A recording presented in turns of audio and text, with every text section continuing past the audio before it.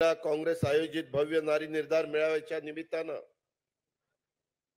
महिलांच्या प्रमुख या नात्याने रुपाली चाकणकरनी जो पुढाकार घेतला आणि महाराष्ट्राच्या कानाकोपऱ्यातून प्रचंड संख्येने माझ्या महिला इथं उपस्थित राहिल्या, त्याबद्दल मी आपल्या तमाम महिलांचं इथं असणाऱ्या, वर तिथं बसलेल्या, बाहेर असणाऱ्या, आणखीन कुठं असणाऱ्या सगळ्या महिलांचं स्वागत करतो.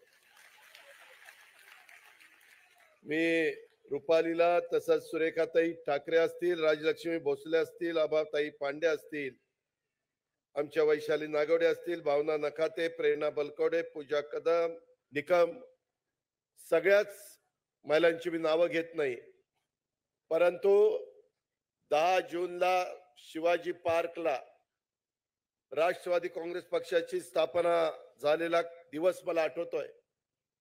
प्रमुख या नात्याने भुजबळ साहेब, समीर सगळेजण इथं आहेत आणि तेव्हापासून आजपर्यंत राष्ट्रवादी काँग्रेस पक्षामध्ये आम्ही सगळेजण काम करतोय, तुम्ही काम करताय. परंतु असा उत्साह आणि एवढ्या प्रचंड संख्येने महिला उपस्थित राहिलेल्या आणि वेगवेगळ्या वेशभूषेमध्ये आणि वेगवेगळ्या पद्धतीनं आमचं स्वागत करत असताना कोण काय घालत होतं, सुनील तटकरे सांगत होते, दादा चिडू नका, गप्प बसा दादा, गप्प बसा. त्याला वाटलं ही बाबा चिडला की जाईल निघून, परंतु मी माझ्या आया बहिणींचं ज्या प्रेमाने, ज्या उत्साहाने ते सगळे येत होते, स्वागत करत होते. माझा आदिवासी भाग असेल, माझा धुळे नंदुरबारचा असेल, माझा विदर्भातला असेल, माझ्या कोकणातल्या महिला असतील, माझ्या पश्चिम महाराष्ट्रातल्या असतील, माझ्या मराठवाड्यातल्या असतील, सगळ्याच भागातल्या महिला आणि प्रचंड उत्साह, त्याच्यात अवधूतनीय ज्या पद्धतीनं गाणं गीत इथं आपल्या सगळ्यांच्या करता सादर केलं, त्याच्यातून तर अजून उत्साह द्विगुणित झाला आणि सगळ्यांच्या अंगामध्ये एक चैतन्य आलं, एक जोश आला आणि त्याच्यातून कशा पद्धतीनं आपण पुढे गेलं पाहिजे.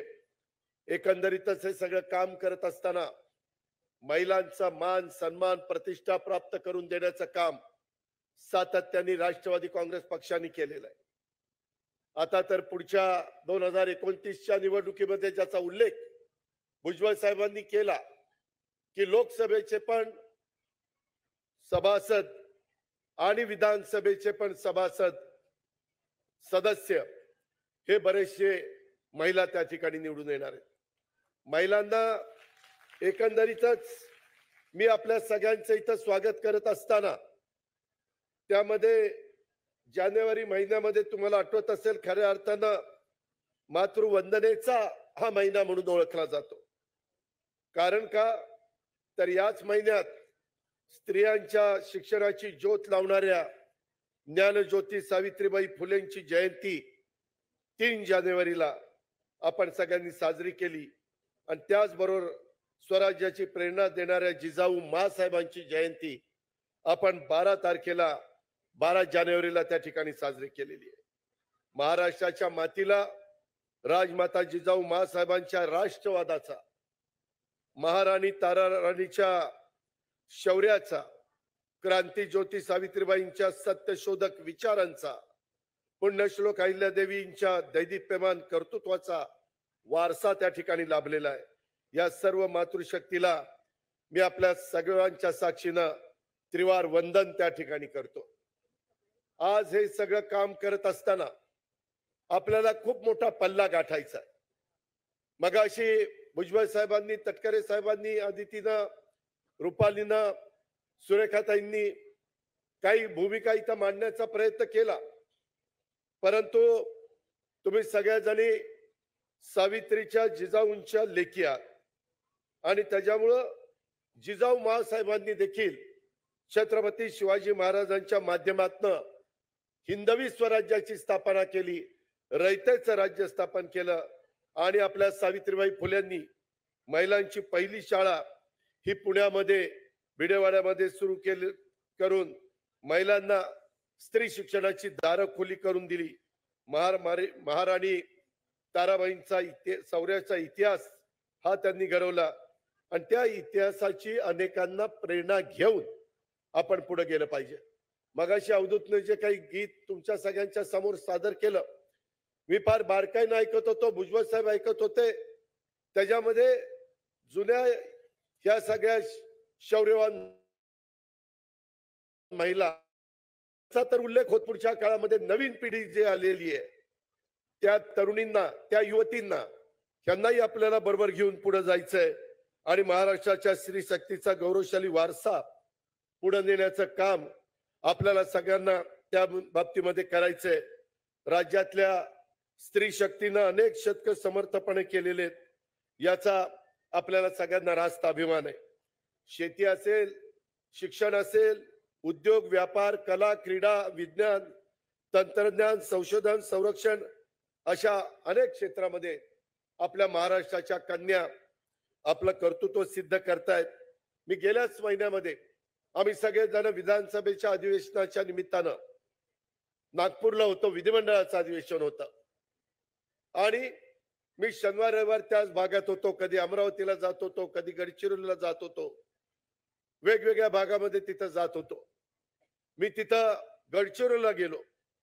तिथं दौऱ्यावर गेल्यानंतर अक्षरशः दुर्गम भाग, नक्षलवादी वेगवेगळ्या घटना तिथं मागच्या काळामध्ये अनेकदा घडलेल्या, परंतु त्या भागातल्या मुली, आदिवासी समाजाच्या मुली, अतिशय तरुण मुली, आणि त्या वोल्वो मोठे ट्रक असतात, भरपूर त्याच्यामध्ये खनिज भरलेलं असतं, ते वोल्वो मुली अतिशय मोठ्या गाड्या आत्मविश्वासाने चालवताना मला पाहायला मिळाल्या.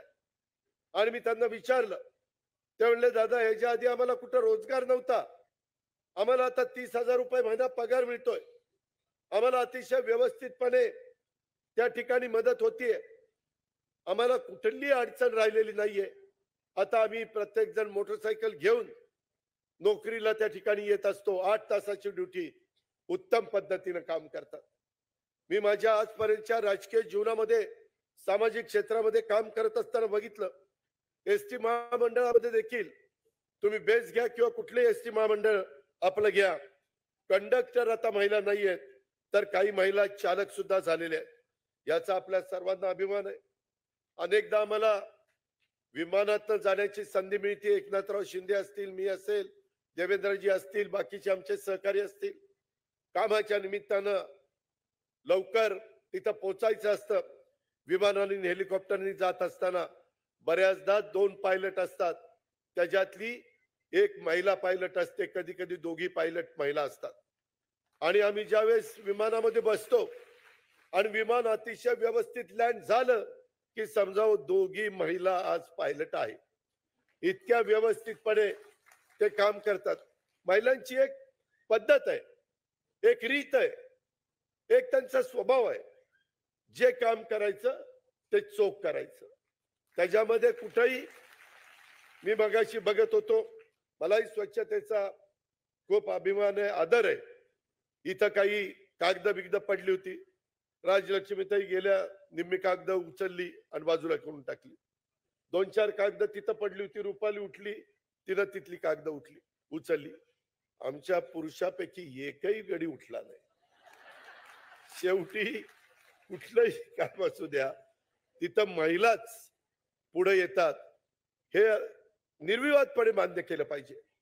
मला आठवतंय, भुजबळ साहेबांना पण आठवत असेल, आम्ही ज्यावेळेस महिलांचं बिल पास केलं, रात्री 2-3 वाजेपर्यंत सभागृहामध्ये थांबलो होतो आणि 3 वाजता बिल पास झालं. आणि मग आपल्याला 33% महिला मिळाल्या. 92च्या साली स्थानिक स्वराज्य संस्थांच्या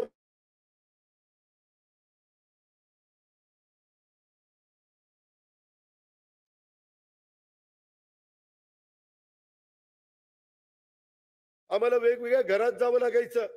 अहो, इथं आता महिला जास्त, म्हणजे 221 जागा असतील तर त्याच्यामध्ये जवळपास 111 माझ्या महिला असतात आणि 110 पुरुष असतात. ही आज परिस्थिती आहे आणि उत्तम पद्धतीनं काम करतात. महापौर म्हणून, नगराध्यक्ष म्हणून, पंचायत समितीचे सभापती, जिल्हा परिषद, सुरेखाच्या इथं बसल्यात, जिल्हा परिषदेचे अध्यक्ष म्हणून त्यांनी उत्तम काम केलं. अनेक महिलांना कामाची संधी दिल्यानंतर ते चांगल्या पद्धतीने काम करू शकतात. आज प्रत्येक क्षेत्रामध्ये पुरुषांच्या बरोबरीनं महिला किंबहुना काकणभर सरसच काम करत असताना दिसतात. महिलांना संधी मिळाली की ते त्याचं सोनं करतात. हा इतिहास आहे, वर्तमान आहे, भविष्य सुद्धा आहे. आणि यात माझ्या मनात तर कोणतीही शंका नाही, कारण त्यांच्या पाठीशी मा जिजाऊ ज्ञानज्योती सावित्रीचा वारसा आहे. ही गोष्ट कुणाला आपल्याला नाकारता येणार नाही. एकंदरीतच महिला सशक्तीकरणाच्या साठी राष्ट्रवादी काँग्रेस पक्ष नेहमीच आग्रही राहिला. आज इथं आदिती आहे, महिलांचं पहिलं धोरण आलं, दुसरं आलं, तिसरं आलं, बराच काळ गेला. त्याच्यामध्ये नवीन काही समस्या होत्या, काही प्रश्न राहून गेलेले होते. आदिती सतत मला म्हणायची की दादा तुम्ही महिला बाल विकास हे खातं मला दिलंय, मग माझ्याकडनं विकास झाला पाहिजे, त्याच्याबद्दल महिला धोरण मला आणायला तुम्ही मुख्यमंत्री, उपमुख्यमंत्री, मंत्रिमंडळाला सांगितलं पाहिजे. आणि तशा पद्धतीनं तिनंही त्याच्यामध्ये अभ्यास केला. तुमच्यासारख्या महिलांना देखील तिनं विश्वासामध्ये घेतलं. काय केलं पाहिजे, भौगोलिक परिस्थिती वेगळी आहे. माझ्या ठाण्याची, नंदुरबारची, धुळ्याची, गडचिरोली आणि तिकडं चंद्रपूर त्या भागामध्ये असणाऱ्या माझ्या आदिवासी महिलांची परिस्थिती वेगळी आहे. माझ्या नाशिकच्या परिसरातल्यांची वेगळी आहे, पश्चिम महाराष्ट्राची वेगळी आहे, कोकणातली वेगळी आहे. आणि त्याच्यामुळं एखादं महिला धोरण आणत असताना कोणत्याही बाबतीमध्ये कुठली त्रुटी राहता कामा नये, अशा प्रकारचा फार बारकाईनं अभ्यास आमच्या मुलीनं म्हणजेच आदितीनं त्या ठिकाणी केला. आणि अतिशय चांगल्या प्रकारचं हे महिला धोरण त्याच्यामध्ये आणलेलं आपण सगळेजण पाहतोय. राज्यातल्या महिला मुलींचं सशक्तीकरण करणं हाच आपल्या राष्ट्रवादी काँग्रेस पक्षाचा अजेंडा राहिलेला आहे आणि इथून पुढे देखील राहणार आहे. या गोष्टीचा आपण सगळेजणांनी अभिमान बाळगला पाहिजे. मी मागच सांगितलं, माझ्याकडे अर्थ मंत्रालय. महिला भगिनींनो, तुम्हाला आश्चर्य वाटेल, मी 6 लाख कोटीचं बजेट या राज्याच्या करता सादर करत असतो. किती? 6 लाख कोटी. आता तर पुढच्या वेळेस कदाचित त्याच्यात अजून वाढच होईल, कारण दरवर्षी वाढ होते. 2 लाख कोटी तर जीएसटी डिपार्टमेंट जे माझ्याकडे अर्थ विभागाच्या अंडर, तोच जीएसटी डिपार्टमेंट उत्पन्नाच्या कराच्या रूपाने राज्य शासनाच्या तिजोरीमध्ये कर टाकत असतं. आणि मग हे सगळं काम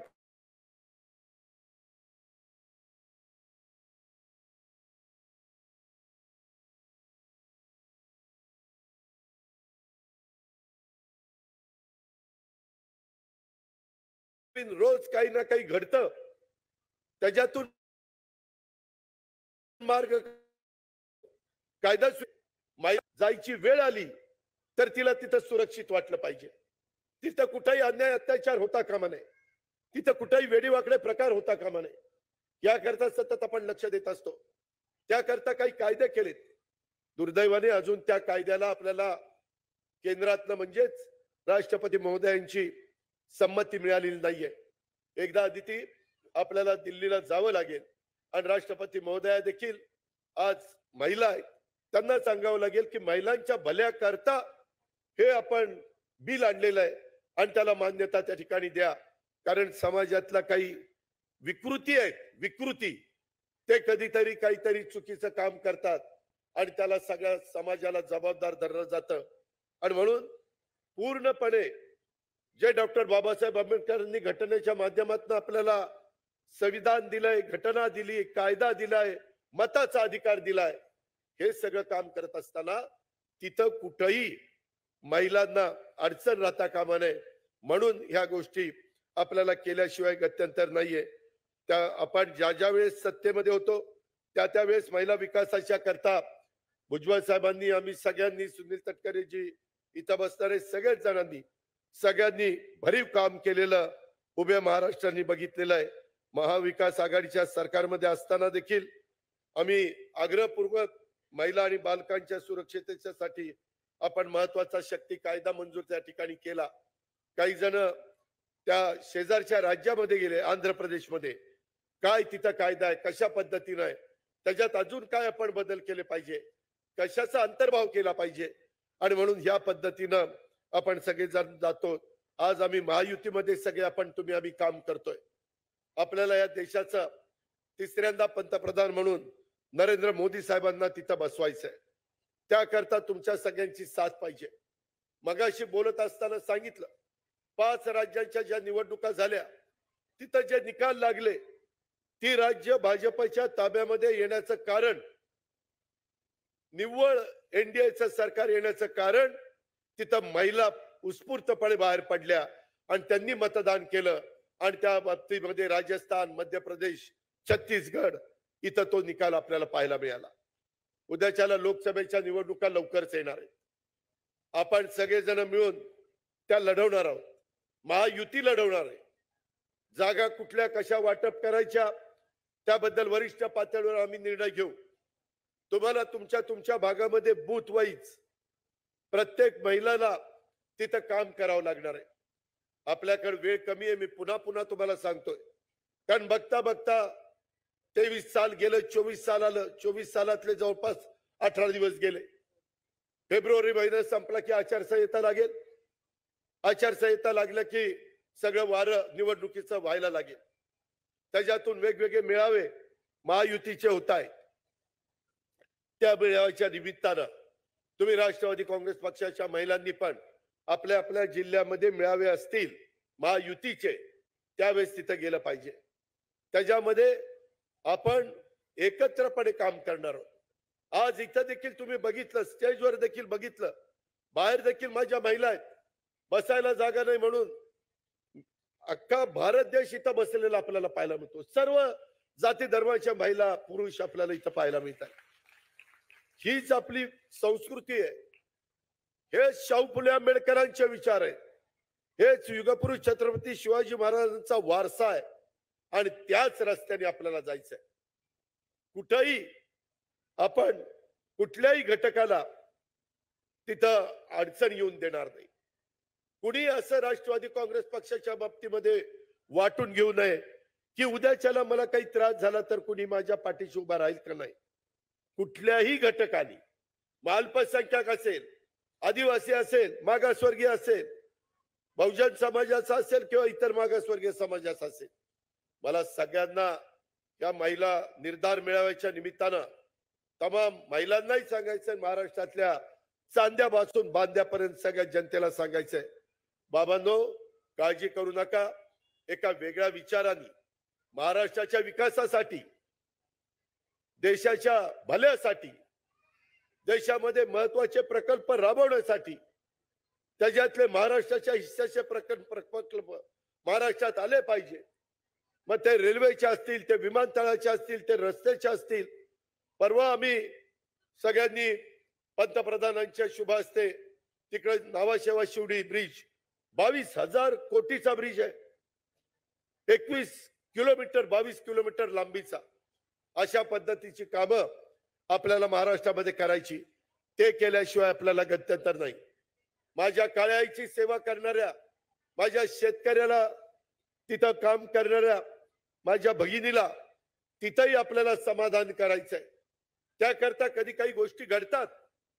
मध्ये दुधाचा धंदा अडचणीत आला. आम्ही 5 रुपये लिटरला तिथं डायरेक्ट त्या महिला जर दूध सोसायटीला दूध घालत असेल तर महिलाच्या अकाउंटला किंवा पुरुष घालत असेल तर पुरुषाच्या अकाउंटला ते पैसे देण्याचं काम केलेलं आहे. का तर दुधाचा धंदा जगला पाहिजे, टिकला पाहिजे. माझ्या महिलांना 10-15 दिवसाला 2 पैसे त्याच्यात मिळतात. कांद्याच्या बाबतीमध्ये आम्ही भुजबळ साहेबांनी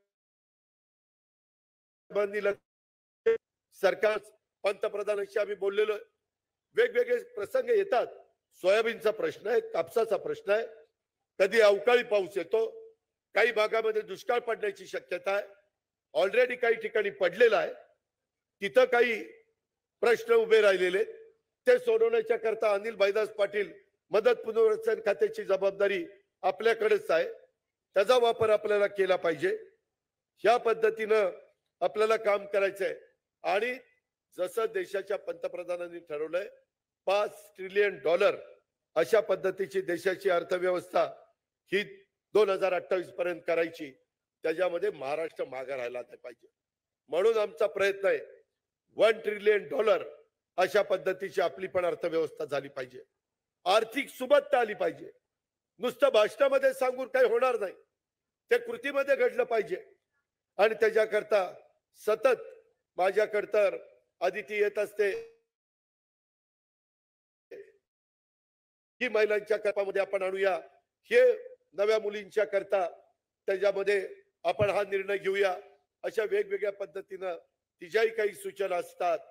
वडिलकीच्या नात्याने भुजबळ साहेब असतील, बाकीचे सगळे सहकारी असतील, संघटनेमध्ये काम करत असताना सुनील तटकरे, रुपाली चाकणकर किंवा बाकीचे आमचे सगळे सहकारी ज्यावेळेस प्रशांत कदम असतील किंवा इतर सूरज चव्हाण असतील, हे सगळे सांगत असतात की आम्हाला महाराष्ट्रामध्ये फिरत असताना, राष्ट्रवादीमय वातावरण करत असताना या गोष्टी जाणवतात. आणि त्याच्यामध्ये सत्तेच्या माध्यमातून, सरकारच्या माध्यमातून आपण त्या दूर केल्या पाहिजेत. अशा पद्धतीनं त्यांचाही सतत लक्ष असतं. आणि म्हणून माझी तुम्हाला विनंती आहे की एकंदरीतच आपला देश वेगाने विकास करत असताना आदरणीय नरेंद्र मोदी साहेबांचं हे विकासाचं मोठं विजन असलेलं नेतृत्व, त्यांच्या मार्गदर्शनाखाली देश ज्या पद्धतीनं पुढे चाललाय, तशाच पद्धतीनं आपला महाराष्ट्र देखील कुठं मागे राहता कामा नये. तोही अतिशय गतीनं पुढे गेला पाहिजे. विकास करण्याकरता आपण महायुतीच्या सरकारमध्ये जाण्याचा निर्णय घेतला आणि महायुतीच्या सरकार हे सगळी कामं करण्याच्या करता कटिबद्ध आहे. याबद्दलची पण खात्री आपण सगळ्यांनी बाळगा. आताच मुख्यमंत्री दाओसला गेलेले आहेत, उद्याच्याला येतील. त्याच्यामध्ये वेगवेगळ्या प्रकारचे एमओयू, वेगवेगळ्या प्रकारची गुंतवणूक आपल्या महाराष्ट्रामध्ये कशी येईल की जेणेकरून त्या त्या भागातल्या मुलांना, मुलींना रोजगार मिळेल. कारण बऱ्याचदा रोजगाराच्या निमित्तानं वाटत असतं छोटा मोठा व्यवसाय ज्यांना करायचा आहे त्यांना व्यवसाय करण्याच्या करता आपण संधी देतो, परंतु ज्यांना नोकरी करायची अशांच्या करता मोठ्या प्रमाणावर गुंतवणूक करणारी कारखानदारी आल्याशिवाय त्यांना रोजगार मिळणार नाही. आम्ही पर्यटनाला चालना देण्याचा प्रयत्न करतोय. त्याच्यामध्ये मोठे मोठे प्रकल्प आपण हातामध्ये घेतलेले आहेत. हे सगळे प्रकल्प हातामध्ये घेत असताना त्याच्यातून रोजगार व्हावा. माझ्या कोकणचं संपूर्ण किनारपट्टी बदलून जावी. तिथल्या महिलांना, तिथल्या पुरुषांना, तिथल्या तरुण तरुणींना चांगल्या पद्धतीनं आर्थिक सुबत्ता त्यांच्यामध्ये आपल्याला पाहायला मिळावी, हा आमचा सगळ्यांचा प्रयत्न आहे. ही पण गोष्ट माझ्या आया बहिणींनी त्या निमित्तानं लक्षामध्ये घेतली पाहिजे. आणि या सगळ्या गोष्टी करत असताना माझी आपल्याला महामानवांच्या विचारावरच आपल्या राष्ट्रवादी काँग्रेस पक्षाची वाटचाल चाललेली आहे. ही पण बाब आपण सगळ्यांनी लक्षामध्ये ठेवा. त्याच्यामध्ये कुठेही यत्किंचितही तसूभर देखील कुठला बदल हा आमच्याकडनं होणार नाही.